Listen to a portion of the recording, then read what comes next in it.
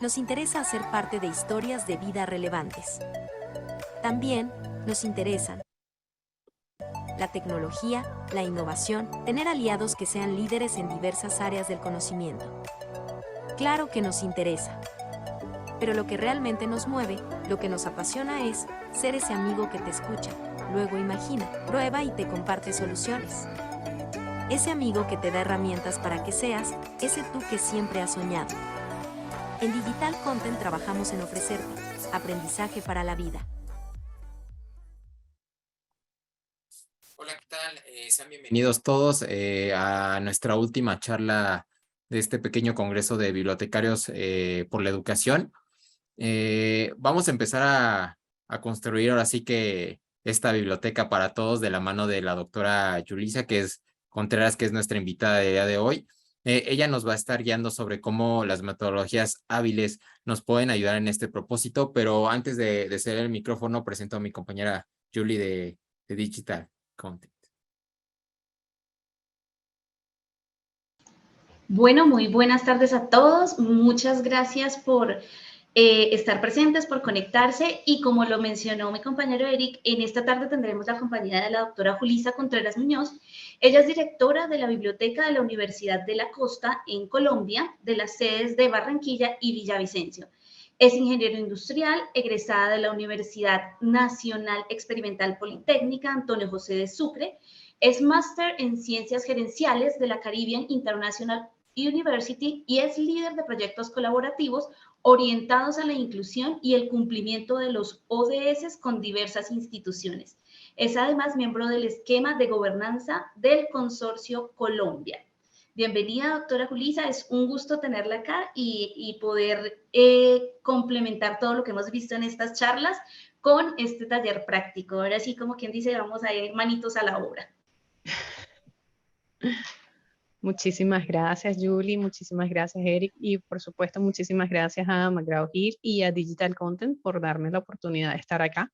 En nombre de la Biblioteca de la Universidad de la Costa es un placer, de verdad, estar acá con todos ustedes y compartir un poco de lo que hacemos acá con mucho cariño, ¿no? Voy a compartir mi pantalla para dar inicio a la actividad. Me confirman, por favor, cuando ya la vean. Listo, ya la podemos ver.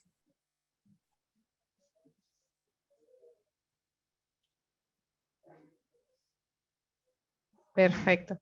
Bueno, hablando un poco sobre mí, sobre las motivaciones que tenemos para esta charla, pues justamente mi formación es como ingeniero, lo cual a veces da una sensación extraña. Me pasó exactamente igual que a la doctora que nos acompañó el día de ayer. A veces cuando profesiones alternas se encuentran en biblioteca, uno se pregunta, bueno, ¿qué hace esta gente acá? Pero lo cierto es que muchos de los elementos que se trabajan en biblioteca poco a poco se van abriendo y van generando un carácter multidisciplinario y transdisciplinario que es sumamente importante. Y justamente es desde las disciplinas y del cruce de las disciplinas que podemos construir un poco más. Entonces, yo traigo a colación mi experiencia justamente como ingeniero y cómo eso ha podido potenciar el ejercicio de mi rol dentro de la biblioteca. Entonces, parte de ese rol ha sido un trabajo concreto de innovación. Pero justamente traemos a colación qué significa para nosotros innovar, porque muchas personas plantean la innovación como si fuera una invención, y inventar es una cosa e innovar es otra completamente diferente. Hoy, por cierto, estaba acá en la universidad nuestro asesor, que fue ministro de Ciencia y Tecnología de Colombia, el doctor Tito Cristian, y justamente hablaba sobre el tema de la innovación y decía, solamente se puede considerar innovación cuando la sociedad apropia el conocimiento. Y lo mismo ocurre con nuestras bibliotecas. Para nosotros poder decir que somos bibliotecas innovadoras, tenemos que apropiar el conocimiento. Entonces, ¿cómo podemos desarrollar esas innovaciones de una manera sistemática? Lo primero es entender que la innovación es un proceso y es un proceso que se va construyendo poco a poco. Es un ejercicio constante que hacemos a través de la modificación de elementos, a través de la mejora de servicios y a través de la creación de nuevos productos. Pero ¿cómo podemos sistematizar este proceso? Esa es la verdadera pregunta. ¿Cómo puedo yo desde mi quehacer, cómo puede cualquiera de ustedes desde sus bibliotecas, desde su rango de acción, iniciar un proceso de innovación? Entonces, allí es donde las metodologías hábiles entran a formar parte de nuestro quehacer. ¿Por qué? Porque todo parte de la revisión de nuestros procesos. Debemos pensar qué estamos haciendo y para quiénes lo estamos haciendo. Entonces, cuando iniciamos por modificar productos y servicios, cuando iniciamos a mejorar esos productos y servicios que ya existen o cuando detectamos la necesidad de crear un producto o servicio, necesitamos un proceso sistemático que nos ayude a dar respuesta a esas necesidades que ya previamente hemos detectado. Este proceso, si bien suena muy sencillo para algunas personas, lo cierto es que entraña un montón de análisis, ¿ok? Análisis de las fortalezas propias de cada una de nuestras bibliotecas, análisis de nuestro quehacer y análisis de las características que poseen nuestros usuarios. Entonces, es allí cuando las herramientas, porque todo lo que vamos a hablar hoy son metodologías y herramientas, cuando las herramientas vienen a servirnos, ¿ok? Para poder crear soluciones. Entonces, ¿cómo vamos a utilizar estas herramientas? Bueno, la herramienta en particular que yo quiero que ustedes conozcan el día de hoy, los que ya no la conocen, pues maravilloso, es Design Thinking. Design Thinking es una metodología, simplemente una lista de pasos. Es una receta de cocina, pero es una receta de cocina muy especial porque nos permite generar ideas innovadoras. Entonces, Design Thinking centra su rango de aplicación, su eficacia en entender y dar solución a las necesidades reales de los usuarios. Es un proceso específicamente pensado para diseñar nuevos productos. Por eso, Design Thinking tiene justamente que ver con qué productos necesita nuestro usuario y cómo podemos nosotros facilitar. ¿Listo? Ahora, Design Thinking es una forma muy diferente de resolver el problema de cómo es la forma tradicional. ¿Por qué? Porque normalmente cuando nosotros pensamos un producto o un servicio, lo pensamos desde nuestra capacidad de producirlo, ¿ok? Sin pensar a quién se lo vamos a vender, como a veces ocurre en la innovación. En una innovación, a mí se me ocurrió que podía crear un dispositivo que leyera la mente. Ok, perfecto. Yo me puse, hice toda la investigación, hice toda la ingeniería, hice todo el diseño, el concepto y tengo este producto. Y ahora, ¿quién lo va a usar? Entonces, bueno, es un producto que tiene muchas aplicaciones. Ajá. ¿Y en cuánto lo voy a vender? ¿A quién se lo voy a ofrecer? Esta metodología justamente parte de lo opuesto, parte desde las necesidades del usuario a la elaboración de ese recurso, de esa tecnología, de ese servicio que yo voy a generar. Es un proceso, como les dije, muy sencillo porque se compone de 5 pasos que requieren una cierta rigurosidad, eso sí, para poderlos alcanzar, para poder alcanzar un resultado tangible. Y parte, por supuesto, de la empatía con el usuario. ¿Qué significa la empatía con el usuario? Yo tengo que pensar desde la perspectiva de mi usuario. Tengo que tratar de identificar qué atributos tiene ese usuario, cómo se comporta, qué cosas quiere hacer, qué cosas quiere lograr, qué motivaciones lo llevan a biblioteca. Una vez que yo puedo identificar ese usuario, ponerle nombre, ponerle un rostro, yo puedo empezar a pensar, bueno, ¿cómo se mueve mi usuario dentro de la biblioteca? ¿Qué cosas le gusta consultar? ¿Qué cosas sueña con encontrar mi usuario en biblioteca? ¿A qué horas viene? Entonces, puedo definir una serie de elementos que realmente van.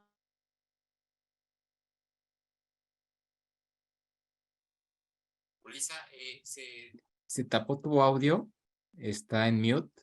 ¿Nos puedes ayudar en activarlo? Hacer estudios de mercado, yo puedo hacer Listo. grupos vocales, yo puedo concentrarme de alguna manera, entrevistas, acercamientos con mi usuario que me permita generar esos lazos de empatía. Esto es sumamente importante. Una vez que ya yo tenga esa definición empática de mi usuario, ya tenga ese contexto, yo paso a la definición. Y definir justamente en el contexto de Design Thinking es básicamente pensar de todo lo que generé en la etapa de empatía, ¿qué es más importante para mi usuario? Y ahí también entran procesos de jerarquización, donde yo como biblioteca decido, bueno, de todas las necesidades del usuario, ¿cuáles apuntan a mis objetivos estratégicos? ¿Cuáles me apuntan a préstamo de material o a uso de la colección o a acceso de recursos electrónicos? ¿Ok?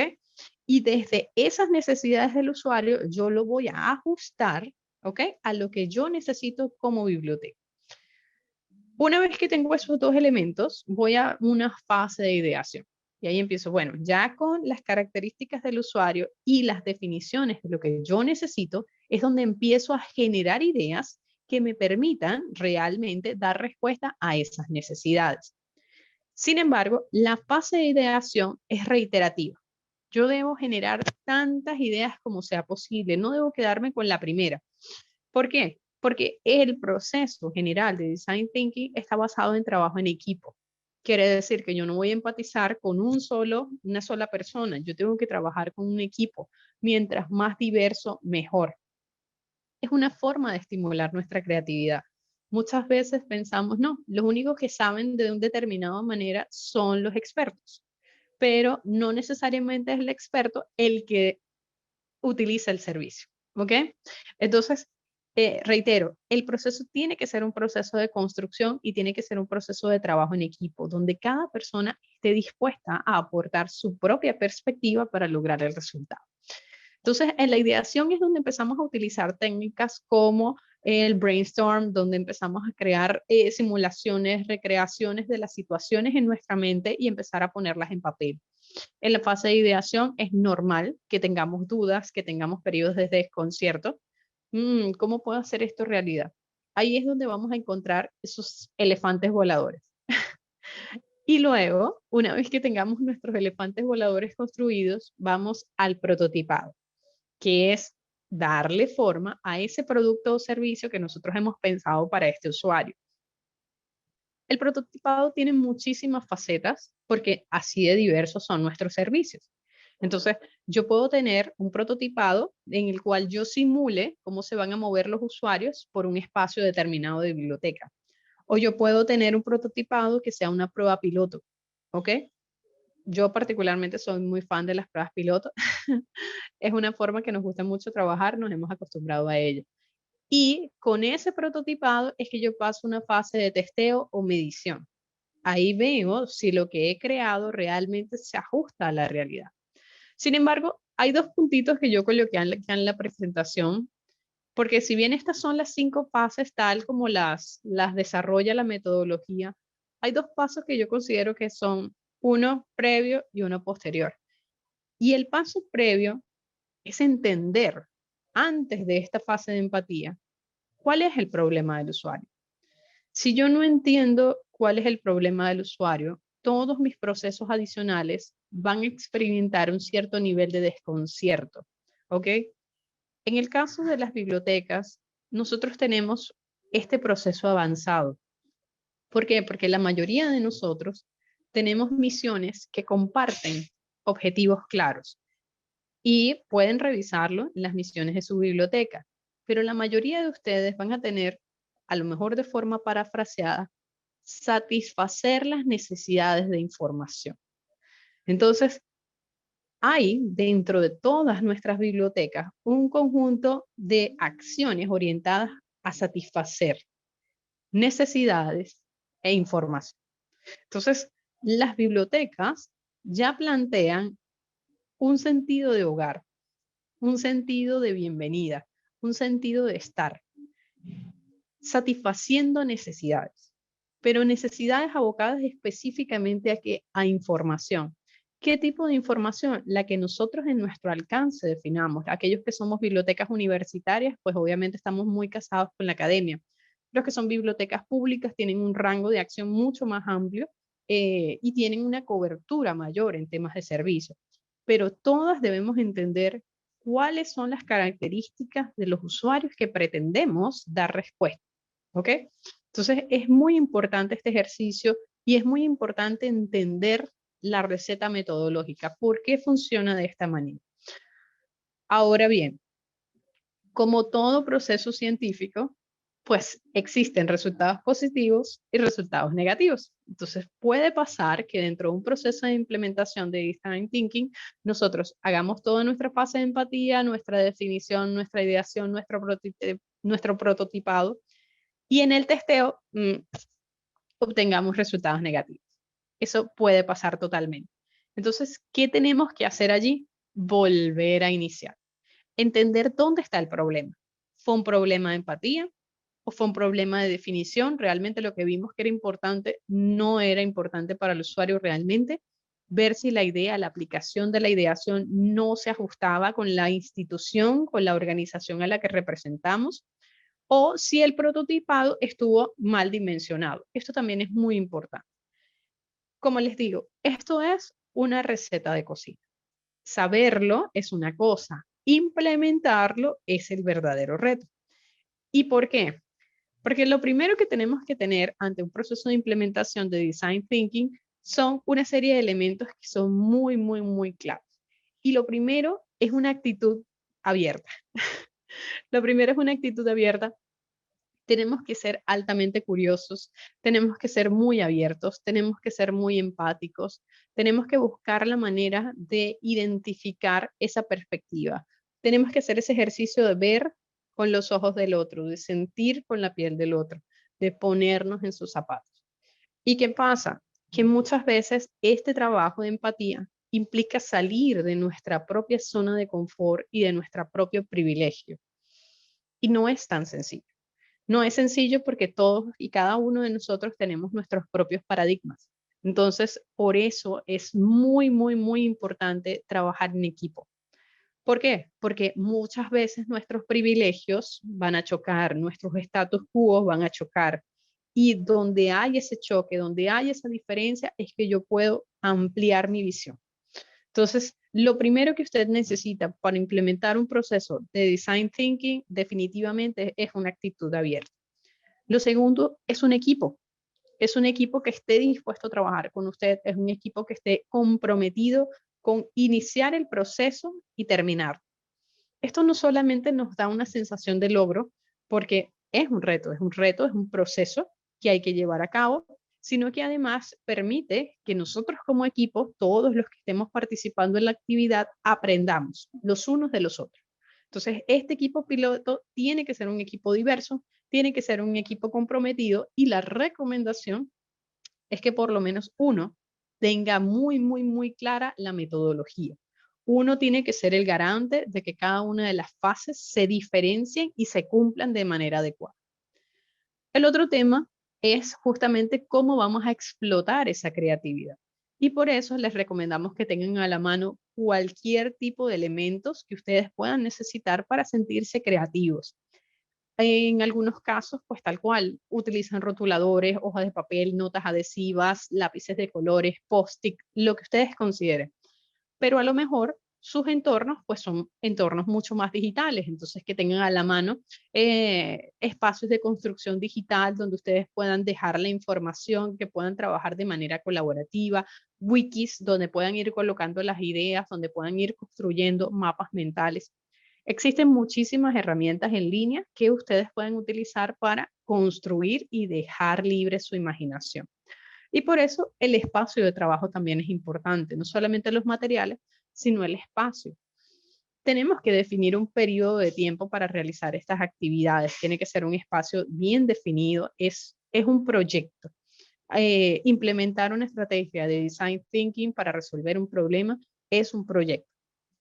Y por ser un proyecto, yo tengo que dejar el espacio, no solamente el espacio físico, se lo voy a hacer como actividad dinámica, sino también el espacio en tiempo para que mis participantes puedan desarrollar sus ideas. Entonces, como les digo, tiene que haber un compromiso de parte de todos los que implementan esta idea para dar respuesta a los usuarios. Reitero, en este caso no es una actividad que nace de mí, es una actividad que nace de cómo satisfacer las necesidades del otro. Por supuesto, en el caso de Design Thinking, esta fue una metodología que surge justamente para las áreas de mercadotecnia, para dar respuesta a las necesidades de los clientes, para generar rentabilidad. En el caso de nuestras bibliotecas, que la mayoría pues somos en nuestra estructura, funcionamos más bien como organizaciones sin fines de lucro, porque nuestro objetivo en muchos casos es servir a la comunidad, es dar nuestros recursos y somos financiadas ya sea por el Estado o por las universidades donde pertenecemos. Entonces, nuestro funcionamiento es mucho más similar al de una institución, de una fundación sin fines de lucro. Entonces, lo que queremos en muchos casos no es cuantitativo, sino es cualitativo.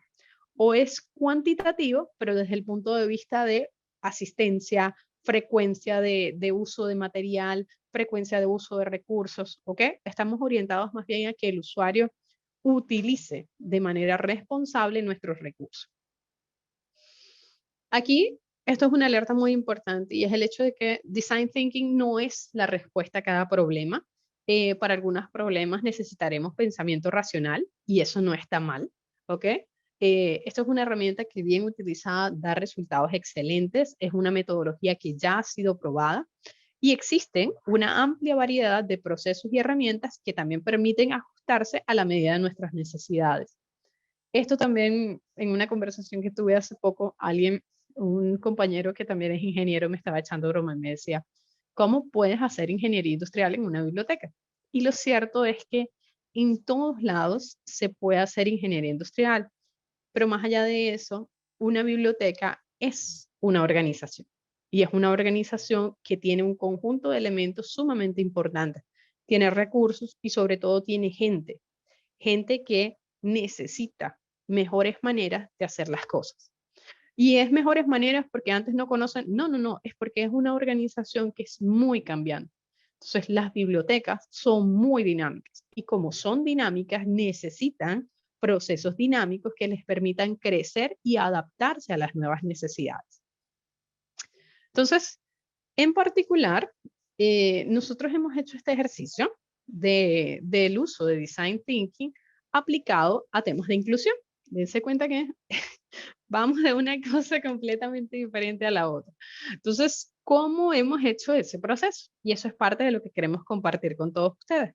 Entonces, estos pasos que, reitero, es una metodología probada, es una metodología demostrada, nosotros lo que hacemos es implementarla a nuestros casos puntuales. ¿Cómo lo hacemos? Partimos de las necesidades de las personas. Tenemos que identificar cuáles son esas necesidades de las personas, cómo las caracterizamos. Existen múltiples maneras de caracterizar a nuestra población. Probablemente los que están inmersos en el área universitaria, pues tienen un área de bienestar estudiantil o tienen áreas de servicio comunitario que les permite caracterizar a las personas que vienen a la biblioteca. Tenemos que primero tener esa necesidad, luego tenemos que ver qué es viable acorde a los cánones de nuestra organización. Y lo tercero y muy importante es lo tecnológicamente factible, porque como les digo, como es un proceso que estimula la innovación, que estimula la creatividad, pues obviamente en algún momento vamos a encontrar elefantes voladores. No pasa nada, es normal. Entonces, si nos encontramos un elefante volador, la idea es cómo aterrizar a nuestro elefante, cómo aprovecharlo, cómo convertirlo en algo que sea realmente útil para nuestros usuarios. Entonces, yo en particular para esta actividad les traje un ejemplo y quiero que es un ejemplo que lo hagamos entre todos. Entonces, los que estén en sus dispositivos móviles, me encantaría por favor que accedan. Los que están desde PC, por favor que ingresen a este link. Esto los va a llevar a una herramienta colaborativa. La idea es que hagamos el ejercicio entre todos, que participemos. Y yo planteo un reto específico, porque como les digo, Design Thinking es un mar donde uno puede abocar muchas problemáticas. Sin embargo, yo el día de hoy quiero compartir con ustedes un ejemplo guiado, ¿ok? Porque justamente ese es el encanto de que esto sea un workshop para que ustedes también trabajen y yo aprenda de ustedes y ustedes aprendan de mí. Entonces, listo. El reto que les traigo hoy es el siguiente. Entonces dice, actualmente su comunidad está recibiendo un alto número de jóvenes con capacidades extraordinarias en diferentes áreas del conocimiento. Personas con altos IQ de inteligencia racional, pero con bajos EQ, con muchas ganas de aprender. Para los que desconocen el término EQ, Emotional Intelligence, que es básicamente toda esa capacidad que nosotros tenemos en habilidades blandas. Entonces, nuestras bibliotecas están recibiendo en este escenario, en este contexto, pues un gran número de jóvenes que tienen altos niveles de conocimiento técnico, pero muy bajos niveles de conocimiento emocional, baja capacidad de empatía, baja capacidades comunicativas. Entonces, ¿qué puede ofrecer su biblioteca para ellos? Entonces, por favor, ingresen acá a través del QR y los va a llevar acá. Ya lo tengo listo. Este espacio que ustedes van a encontrar, excelente. Es un espacio colaborativo. La idea es que empecemos a categorizar estos jóvenes. ¿Listo? Entonces ya en el planteamiento, en la presentación, ya yo les hice la pregunta. Y la pregunta era, ¿qué les podemos ofrecer como biblioteca a estos usuarios? Para los que estén ingresando desde su teléfono celular, sí les toca instalar la aplicación de Google, que es el Jamboard. Esta es una aplicación gratuita, la pueden tener allí en cuenta. De hecho, este Jamboard va a quedar con ustedes, lo pueden utilizar en próximas oportunidades, lo pueden replicar y utilizarlo en sus instituciones. Entonces, en esta primera parte, lo más importante que es la fase de empatizar. Entonces, ¿cómo vamos a generar empatía? Yo coloqué acá 4 chicos que están allí, pero vamos a concentrarnos en 1 o 2, que para nosotros sean los máximos referentes. Entonces, vamos a tomar esos referentes. Veo por ahí, me encanta que ya están colocando toda la información, eso me parece excelente. Dense cuenta que ustedes están planteándolo en forma de pregunta. Cuando hacemos escenarios de design thinking, tenemos que plantearlo ya desde el punto de vista de que los conocemos. ¿Ok? Quiere decir que previo a la fase 1, tenemos que hacer un análisis de datos duros. Es decir, yo tengo que conocer a mi población. Yo tengo que sentarme con ellos y entrevistarlos. Tengo que tener un feedback, ya sean de mis personas de circulación, de mi equipo de atención a los usuarios, toda la gente que esté involucrada directamente con el usuario. Esa es la gente que debe echarme el cuento. Amo que están rayando tan listo. Justamente, ¿cuál es la idea? La idea es que empecemos a vincularnos todos. Listo. Entonces, aquí nos están dando excelentes aportes, me encanta. Yo hago este ejercicio con mi equipo de trabajo y también es muy divertido y la invitación es que lo hagan. Este tipo de entornos virtuales son muy cómodos, son muy prácticos y ustedes también lo pueden trabajar. Listo. Entonces, ¿qué queremos conocer de estos usuarios? Muchas cosas. Lo primero que queremos conocer de estos usuarios es quiénes son. Sí, en el caso particular que les estoy planteando, ya yo les estoy planteando de que son usuarios que ya vienen a la biblioteca. Son usuarios que ya vienen a la biblioteca, son usuarios que ya de alguna manera ya yo los tengo identificados. Este tipo de jóvenes tienen necesidades puntuales y específicas. Entonces, lo primero que yo tengo que preguntarme para poder hacer esta implementación es qué conozco yo de personas que tengan capacidades extraordinarias. ¿Cuál es mi premisa? ¿Cuáles son mis imaginarios cuando yo digo que conozco personas con capacidades extraordinarias? Entonces, ¿qué ocurre? Que ahí va a pasar que voy a tener ciertos elementos de prejuicios, de estereotipos. Entonces yo voy a decir, bueno, todas las personas extraordinarias tienen que parecerse a uno de los chicos de The Big Bang Theory, por poner un ejemplo. Y resulta que no es así, que las personas extraordinarias vienen en diferentes formas y tamaños. En este ejercicio guiado en particular, me encanta este comentario. Me encanta este comentario. ¿Por qué? Porque son personas introvertidas. Ya por la característica, ya yo sé que son personas introvertidas. Ajá, muchos de ellos les gusta trabajar solos. Entonces, hay muchos elementos que yo voy a empezar a generar. Entonces, sé que ya han ido a la biblioteca, sé que tienen un interés por aprender cosas que no saben. Son usuarios muy curiosos. Sin embargo, no son usuarios que te sepan hacer preguntas, ¿ok? Entonces, estos usuarios tienen retos enormes que nosotros tenemos que superar. Dentro de los ejercicios de Design Thinking, aquí es muy importante, aquí ustedes van soltando. Cuando les toca liderar este tipo de ejercicios, yo voy pendiente del cronómetro de cuánto tiempo llevan ustedes planteando ideas y jugando. Eso es muy importante que ustedes también lo hagan con sus equipos. Que ustedes lleven el tiempo de cuánto ellos están trabajando. ¿Por qué? Porque la fase de empatía tiene que acotarse. Va a llegar un momento donde voy a tener un momento de pérdida, donde voy a sentir, ya, no sé más nada sobre este usuario. Y entonces ahí puedo venir a generar preguntas. ¿Ok? Las preguntas también son importantes. ¿Esto que estamos colocando acá es suficiente? ¿Esto que está acá siento que describe realmente estos usuarios? Una vez que yo tenga esa pregunta, ¿ok? Yo tengo que empezar, que ya esté satisfecha, que ya haya colocado todos mis elementos, que ya les haya dado todas las características que quiera, ¿ok? Yo voy a ir moviendo mi tablero para que pueda verlas todas como yo quiera. No sean tan rigurosos con ustedes mismos. A veces queremos que todo sea cuadrado, que todo sea perfecto, que todo sea... No se preocupen, la creatividad debe ser libre. Perfecto. Ahí todos están haciendo aportes. Gracias, gracias por participar. Eso es lo más importante. Listo. Ahora queremos salir de la fase de empatía, ¿ok? Y entrar en la siguiente fase. La fase de qué es relevante para nuestro usuario. Yo acá, en lugar de trabajarlo con otra herramienta, yo les estoy haciendo una recomendación, ustedes la toman o la dejan, no hay ningún inconveniente. Yo me gusta trabajarla con una matriz BCG.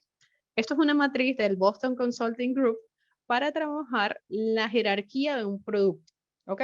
En esta matriz yo voy a clasificar los productos que tienen más alto crecimiento y los productos que tienen mayor participación en el mercado, ¿ok? Entonces, ¿qué va a pasar? Los productos que crezcan de una manera más rápida, ¿ok? Pero que requieran poco esfuerzo para funcionar, yo los voy a tener acá. Son los productos que tienen un crecimiento lento, pero me cuesta muy poco ponerlos a funcionar. Los productos que crecen mucho, es decir, que yo los veo muy viables, que pueden ser un éxito con los usuarios, los voy a jerarquizar acá y que siento que van a traer muchísimos usuarios. Ahora, esos productos que crecen poco y que ya francamente no los veo viables, pues los voy a dejar acá. Y los productos que sean muy costosos de implementar y que no tenga idea si va a tener o no participación, yo lo voy a clasificar acá. Entonces, ¿qué significa? ¿Cómo vamos a hacer esto? ¿Cómo lo vamos a organizar? Estos comentarios que ya nosotros sacamos acá y estaban así todos caóticos, todos regados, nos los vamos a traer para esta segunda fase. Entonces, vamos a definir qué es lo más relevante para nuestro usuario. Entonces, ¿por qué? Porque no podemos abarcar todas las ideas. Tenemos que definir un foco, ¿ok? Entonces, vamos a ver, de todas estas ideas, ¿cuáles para ustedes son las más relevantes? ¿Cuáles son las que ustedes consideran, mira, esto es importante para nuestro usuario, no para la metodología, para nuestro usuario? Entonces, yo voy a tomar esta que me encanta, que está muy de acuerdo. La voy a traer para acá. Hoy no me deja copiarla.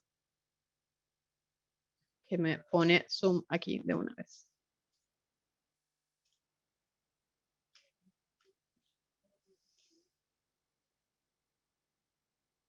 A ver si me la deja llevar. No me la deja llevar. Dios mío. No importa, la voy a crear aquí. No hay problema porque me gusta mucho y está muy bien creada. Estoy muy de acuerdo. La habían hecho en rosado. ¿Les gusta el silencio?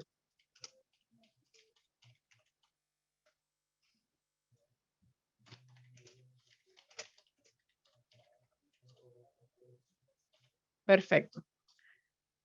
Esta va a ser mi premisa. Esta va a ser la primera con la que voy a trabajar. Esta siento que es una estrategia que es fácil de implementar y que va a satisfacer las necesidades puntuales de nuestros usuarios en particular que estamos apuntando. ¿Cuáles otras, desde su opinión, son estratégicas para estos usuarios? A mí, en lo personal, en este ejemplo, me encanta esta. Me encanta, son nativos digitales, quieren estar solos. Sobre este de quieren estar solos hay un tema.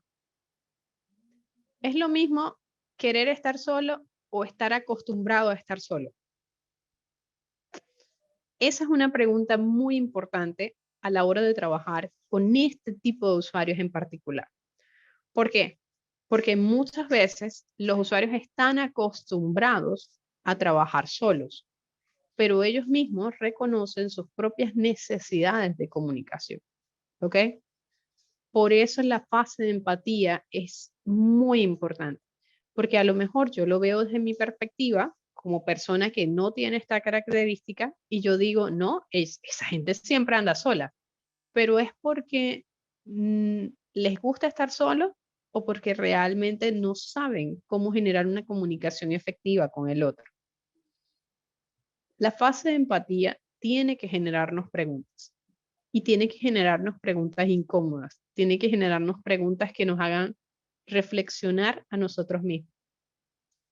Dense cuenta que en este caso en particular no tomé un usuario con el cual pudiéramos partir erradamente desde la lástima, sino al contrario, estamos partiendo de un usuario que tiene unas capacidades, unas potencialidades enormes.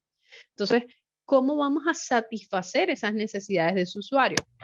Vuelvo nuevamente a la fase de empatía. Conoce lo que quiere. Es un usuario que conoce lo que quiere, ¿ok? Es un usuario que es más visual, sobre todo los que pertenecen a la generación de centennials para acá, es un usuario que es un nativo digital. Entonces, estos elementos que son características importantes son los que yo debo traer para mi fase de definición. Y estos elementos son los que me van a permitir a mí diseñar una estrategia de acercamiento con estos usuarios. ¿Eso siempre va a ser fácil? No. De hecho, en la fase de definición es donde se genera desconcierto. ¿Por qué? Porque obviamente yo tengo que empezar a clasificar las ideas. Y por supuesto, siempre va a haber una persona que diga, hey, esta fue mi idea, era muy buena. Y sí, a lo mejor es muy buena, pero no es el foco del usuario. ¿Ok? ¿Y cómo voy a saber si realmente era o no era el foco del usuario? Cuando complete mi circuito y vea si al usuario efectivamente le gustó o no le gustó. La mayor evidencia que nosotros vamos a tener siempre va a ser la satisfacción del usuario. Si hicimos un buen trabajo, el usuario nos lo va a mostrar. El usuario nos lo va a decir. Le va a dar like a la publicación. Le va a dar 5 estrellitas en la encuesta de satisfacción. El usuario va a ir recurrentemente a la biblioteca. Entonces, nosotros tenemos que generar acá, en esta fase, suficientes preguntas. Uy, alguien me borró la imagen. Tenemos que generar en esta fase suficientes preguntas para que la persona pueda realmente satisfacer las necesidades de todos los que ellos quieren trabajar. Eso es lo principal. Entonces, ¿cómo vamos a satisfacer esas necesidades? Nosotros tenemos que tenerlo claro y ponerlo de acuerdo para que el usuario realmente pueda encontrar el servicio que considere. Hay otros elementos que están dentro del análisis creativo que nosotros hacemos en esta fase y justamente tiene que ver con qué le vamos a aportar al usuario desde nuestra perspectiva. Y ahí también es muy importante. Tomar esta opción como un elemento básico, plantea, ¿qué voy a hacer con los usuarios que hablen? Con los usuarios que generen ruido. Y entonces ahí me surgen varias preguntas. Entonces, ¿cómo voy a abordar a esos usuarios? ¿Cómo voy a crear espacios de silencio específicos para estas personas? ¿Ok? En esta fase, me encantaría que todos nuevamente volvamos a hacer los aportes, pero ahora desde la perspectiva, ¿qué estrategias nosotros creemos que son realmente las que apuntan a estos usuarios? Entonces, a mí me encantó esta y voy a colocar acá la de son nativos digitales.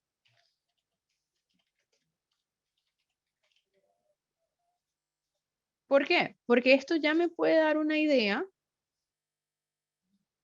Esto ya me puede dar una idea de trabajarlo a través de redes sociales, a través de campañas de comunicación. ¿Qué va a ser lo importante para esto? ¿Qué es lo que realmente quiere el usuario? ¿Qué es lo que quiero yo como biblioteca que el usuario reciba? ¿Cuál es la duda, el planteamiento que me llega al usuario? Entonces resulta que, bueno, esta gente va y siempre me piden cómics. Y yo como biblioteca no tengo cómics. Ya ahí, más allá de una simple insatisfacción, ¿por qué le gusta leer eso? ¿Qué motivación lo trae? ¿Qué cómics le puedo ofrecer? El cómo respondemos esas preguntas es sumamente importante, porque tiene que ser un proceso de construcción continua, tiene que ser un proceso iterativo. Yo tengo que dar muchas vueltas sobre la idea. Una vez que ya yo defina cuáles van a ser las estrategias relevantes que voy a aprovechar con mi usuario, yo tengo que pasar a la siguiente fase, que es la ideación de nuestra propuesta.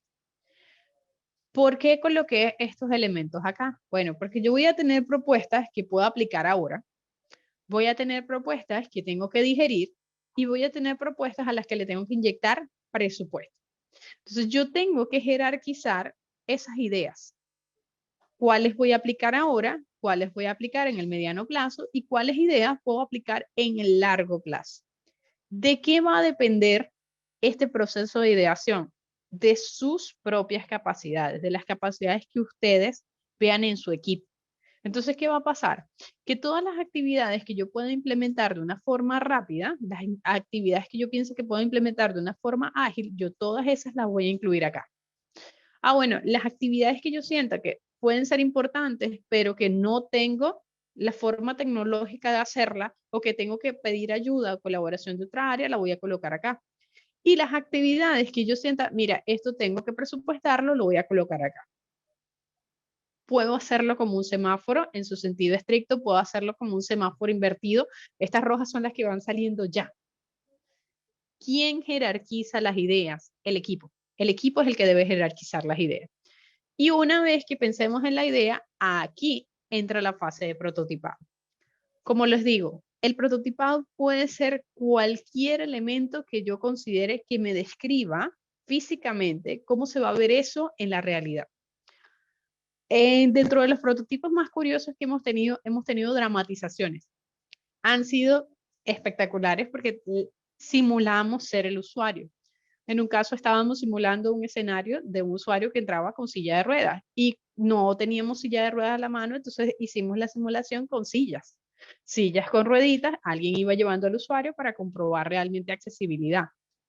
La creatividad, como les digo, depende de ustedes y de sus equipos. Y créanme que este tipo de metodologías estimula muchísimo, muchísimo, muchísimo la creatividad. Por eso para nosotros es lo más importante. Voy a volver a la presentación. Como les dije, el Jamboard con las descripciones van a estar ahí para que ustedes luego lo puedan ver. Se los voy a restaurar para que lo puedan volver a trabajar. Entonces, herramientas que puedo aplicar según la fase. Aquí yo les voy a dejar muchas. Les voy a compartir la fuente de donde está toda esta información para que ustedes también lo tengan, porque también me parece súper interesante y sobre todo que lo revisen y siempre busquen manera de asesorarse con personas que ya conozcan sobre estas herramientas. Dentro de cada fase, yo les hago recomendaciones de algunas herramientas. Como les digo, hay muchísimas herramientas que se pueden utilizar dentro de esta metodología y que tienen un éxito en el proceso de implementación. La idea es que ustedes las conozcan y que las tengan como opción y que no se detengan porque no pertenecen a su área de disciplina. De verdad, para nosotros eso es lo más importante. Traté de llegar justo a la hora, 4:50, para poder tener 10 minutos de preguntas. Gracias y estoy en la disposición. Aquí está el link en la presentación de todo el contenido de Design Thinking en el que está basada la presentación de acuerdo al método tal cual como lo dio Stanford University. Entonces, hasta acá mi presentación. Quedo entonces a disposición para preguntas y respuestas. Bueno, Julissa, bueno, muchísimas gracias por tu intervención. Realmente creo que ha sido de bastante utilidad para todos. Este caso práctico ha sido, por acá todos me decían, no puedo entrar, está muy lleno. Pero entonces no se preocupe porque como ya les indicó Julissa, vamos a tener, les vamos a compartir las memorias de todas estas charlas. Y pues nada, no nos queda más que darte también pues a nosotros aquí el agradecimiento a todos los que han estado conectados. Esta es pues la charla final de este primer ciclo de Bibliotecarios por la Educación. Esperamos que les haya aportado este tema visiones muy relevantes para el crecimiento y la innovación de las bibliotecas.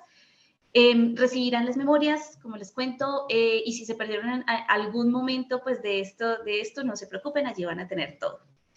Ahora sí, tengo una pregunta. Bueno, aquí tengo varias preguntas. Voy a empezar con dos. De Oscar Trejos, que nos pregunta, ¿cuántas personas constituyen y qué características tiene tu equipo de innovación? ¿De qué manera trabajan los proyectos, tiempos, recursos? Y pegada a eso, ¿cuál fue el último proyecto que realizaste con la metodología y qué resultados obtuviste? Listo. Bueno, el primer proyecto que trabajamos con esto fue el cambio completo de una colección cerrada a una biblioteca abierta. De hecho, les puedo compartir las imágenes porque fue un proyecto de 6 meses, proyecto bastante largo, solamente la planificación nos tomó 2 meses y medio.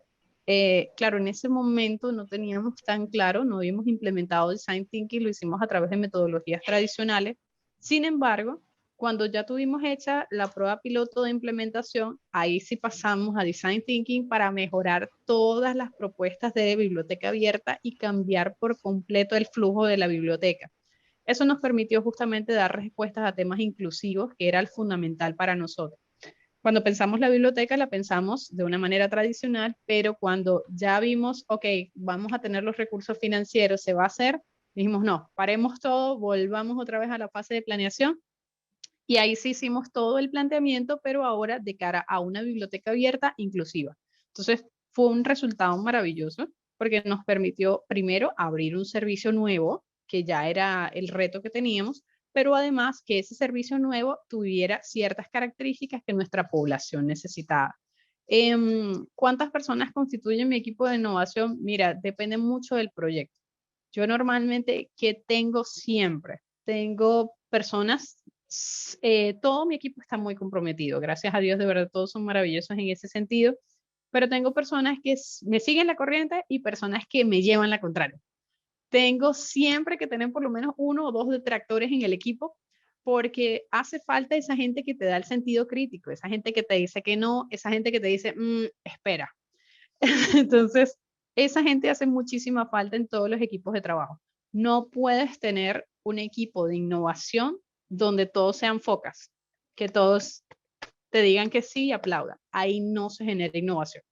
Ahí no se genera innovación porque no debe ser un único líder de manera autocrática lanzando órdenes. Así no se genera la innovación. Tienes que crear espacios donde la gente tenga la confianza para lanzar la idea más loca que se les ocurra y que realmente la puedas llevar a cabo. Entonces, depende mucho del proyecto, la cantidad de personas. Ustedes van a saber en el que hacer si es mucha gente o poquita. A veces cuando uno está iniciando es bueno iniciar con poquitas personas e ir incorporando al proyecto acorde a la necesidad. Lo cierto es que trata de trabajar con un número siempre impar. Trabaja equipos impares porque eso te va a permitir arbitrar en caso de que tengas discrepancias, pues que puedas lograr mayoría. Entonces ya ahí te ayuda, porque no todo sale por consenso, algunas cosas salen por mayoría y eso también es necesario. Entonces, recomendación, siempre trabaja con equipos impares de personas. Ok, totalmente de acuerdo. Aquí hay otra pregunta de Germán Pérez. Él pregunta, bueno, de que es de la Universidad del Estado de Guanajuato de México. Un saludo. Desde su perspectiva, comenta, ¿cómo poder proporcionar una cultura de implementación de metodologías ágiles en las instituciones públicas? Yo creo que el tema con la diferencia entre si somos instituciones públicas o privadas cada vez está más orientado al tema de los recursos y menos a la creatividad. Yo he visto en muchas organizaciones que prácticamente no tienen recursos hacer maravillas. Y probablemente ocurre dentro de sus instituciones porque no hay nada que estimule más la creatividad que la falta de recursos. Uno sabe que es así. Entonces, hay un amigo que es brillante en la parte de administración y él dice, solo es posible administrar en escasez. Cuando algo es escaso, es que es posible administrarlo. Si algo sobra, no pasa por tu mente administrarlo. Lo mismo ocurre con la creatividad. Cuando tenemos un problema y reconocemos que tenemos un problema, ahí es cuando nuestra mente se dispara a buscar soluciones. ¿Qué sí tenemos que hacer? Seguir elementos metodológicos que nos permitan aprovechar esa creatividad. ¿Por qué? Porque no toda idea creativa se convierte en un resultado exitoso. Entonces, allí es donde las metodologías ágiles nos ayudan a capitalizar esa creatividad. Por eso es muy importante. ¿Y de qué va a depender? Indudablemente va a depender de un líder, ya sea un líder formal o ya sea un líder dentro del equipo de trabajo que tenga la curiosidad. Porque esto también es muy importante con la creatividad. No tiene que ser el presidente de la empresa el que tenga esa política. Esto puede ocurrir dentro de cada área y cada área empezar a viralizar su política de creatividad, sus buenas prácticas. Entonces, ¿qué sí es importante? Compartirlo. Por eso estos espacios son sumamente importantes y se los agradezco nuevamente porque son cosas que nosotros hacemos con todo el cariño del mundo y que tranquilamente pueden ser replicables en otras instituciones. A veces lo que necesitamos es saber a quién llamar. Entonces, la invitación es eso. La invitación es que busquen otras experiencias positivas de otras bibliotecas, de otras redes, se conecten y aprendan. Porque al fin y al cabo, nosotros estamos en el negocio de la información. Estamos en el negocio de satisfacer necesidades de información. Entonces, si tenemos una necesidad, nosotros mismos somos los que debemos buscar la información. Bueno, perfecto. Y creo que ya como para cerrar, porque el tiempo no nos da, tenemos esta pregunta de Blanca Azucena Barahona. Ella nos pregunta que si puedes ampliar un poquito el tema de tener personas en contra del proyecto. ¿Se trata de convencerles de la factibilidad del proyecto o cómo se trabaja? Y adicional, pues nos pregunta que si puedes mostrar algunas fotos sobre tu proyecto de biblioteca abierta. No sé si hasta allá, pero bueno, Después se los podemos compartir, se los puedo anexar para que ustedes lo vean. De verdad que nos sentimos todos muy orgullosos de eso y con esa metodología hemos trabajado muchísimos servicios. Entonces, lentamente lo vamos pensando para diferentes proyectos y servicios. Y en ese caso es un proyecto muy grande y es un proyecto muy tangible como para que se lo imaginen, para que tenga impacto. Pero también en proyectos pequeños también se puede implementar. El tema de los detractores es importante porque tú necesitas a alguien que te ayude a ver las piedras en el camino. Entonces, muchas veces las personas que somos muy creativas, pues también somos muy soñadoras. Entonces, siempre hace falta esa persona que nos ancle a tierra, que nos diga, hey, espera, ya va, no corras. No, eso también se puede interpretar de otra manera. Entonces, no se trata de convencerlo, se trata de tomar de la mano a esta persona y superar el reto juntos. ¿Por qué? Porque esa persona que en este momento te lleva a la contraria representa también otro conjunto de personas que no conoces en este momento y que también le van a ver esos contras al proyecto. Entonces, es la mejor manera de blindar nuestros proyectos y nuestras acciones teniendo diferentes perspectivas sobre él. Y no, para nada se trata de persuadirlos, se trata más bien de involucrarlos y que ellos nos enseñen cómo satisfacer esas necesidades, cómo blindar esos aspectos del proyecto. Tiene que ser un proceso de aprendizaje y la idea es que ellos no cambien. O sea, la idea es que ellos no se vuelvan fans de la persona. Se tienen que volver fans del proyecto. Tienen que ganarse a la idea. ¿Ok? Entonces que ellos digan, sí, ahora esta idea, con todos estos cambios, con todos estos ajustes, sí la veo lógica, sí la veo coherente, sí la veo posible. Y en la medida que logremos eso, tenemos el éxito garantizado. ¿Por qué? Porque cuando llegue a terceros, muchas de esas objeciones ya se van a ver resueltas. Entonces, eso de verdad que es muy, muy, muy importante. Ok, perfecto. Pues ya no hay más preguntas. Bueno, por el tiempo ya no podemos alcanzar a leer las que estén entrando. Déjame revisar el chat si entra una más. Si nos llega a escapar una, te la hacemos llegar por vía correo para que se pueda dar seguimiento.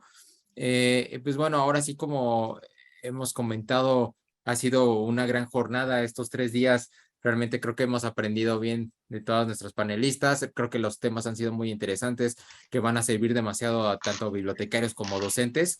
Y aún todavía los invitamos a participar en esta dinámica. No sé si la quieras comentar, Yuli. Claro que sí. Bueno, en este caso lo que necesitamos es simplemente, es súper fácil. Solamente deben seguirnos en Instagram, en Facebook, en las redes de McGraw Hill Latam, MGH Latam y digitalcontent.co. Si ya nos siguen, simplemente nos dejan un comentario sobre alguna de las publicaciones que hayamos realizado sobre estas jornadas de bibliotecarios por la educación. Luego nos envían un pantallazo al DM con un comentario y el hashtag de Bibliotecarios por la Educación y listo. Este concurso, bueno, ahí dice que estará disponible hasta el jueves 5, estará hasta hoy disponible hasta la medianoche, entonces no se pierdan, de verdad que este título es bien interesante y nos enseña también justamente de estos temas que nos acaba de enseñar la doctora Julisa, temas para desaprender y aprender, entonces no se lo pierdan, de verdad que está bien interesante. Y pues finalmente, las personas que quieran obtener el demo con títulos de McGraw Hill en su biblioteca de ebook 724, pues pueden escribirnos a estos correos electrónicos que están aquí en el slide o pueden escanear el código QR indicándonos aquí en este mensaje, es un mensaje en el que simplemente nos van a decir que quieren contar con esos demos y luego los pondremos en contacto, nos pondremos en contacto para indicarles qué tenemos que hacer. Perfecto. Ya como lo comentó Julie, la siguiente semana o los días posteriores estaremos compartiendo las grabaciones de los 3 días para todas las personas que no llegaron a conectarse o se perdieron una, estuvieron en una o en otra. Y igualmente seguimos agradeciendo a Julisa por esta gran plática de hoy. No sé si quieras decir algunas otras palabras. Estoy tratando de responder en el chat, de verdad. Muchísimas gracias a todos por participar, por dejar sus comentarios, por trabajar en el Jamboard conmigo. Gracias a McGraw Hill, gracias a Digital Content por la invitación. Y desde la Universidad de la Costa estamos en toda la disposición de hacer nuevas alianzas, nuevas colaboraciones, porque la idea es sembrar ideas y cosechar resultados maravillosos para construir un mundo mejor. Perfecto, pues bueno, agradecemos ahora sí a todos los involucrados por ser parte de estas 3 sesiones. Gracias Julie, gracias Carolina, todas las personas que están detrás que no se alcanzan a ver, que fueron fundamentales para hacer posible este mini congreso de 3 días para todos los asistentes. Pues aquí están nuestras redes sociales para que sigan atentos a las demás convocatorias que vamos a tener o nuevos eventos. Julie, no sé si tú quieras comentar algo más. Sí, solo una cosa, de pronto algunas personas me están indicando que han hecho ya el comentario en las publicaciones, no se preocupen que nosotros en la próxima semana estaremos habilitando el acceso al ebook y estaremos también, como les mencioné hace un momento, indicándoles qué debemos hacer para la instalación del demo a quienes lo han solicitado. Entonces, tranquilos que ahí tenemos nuestra lista, sabemos quiénes han comentado, quiénes han participado en la dinámica, entonces no se preocupen. Sí, exactamente, como están llegando demasiados, con calma, la siguiente semana estaremos atendiendo todas estas solicitudes. Pues bueno, Julisa, muchas gracias por estar hoy. Nuevamente, gracias Julie, gracias Caro. Que tengan muy buena tarde todos y seguimos en contacto. Hasta luego. Muy buena tarde, hasta luego.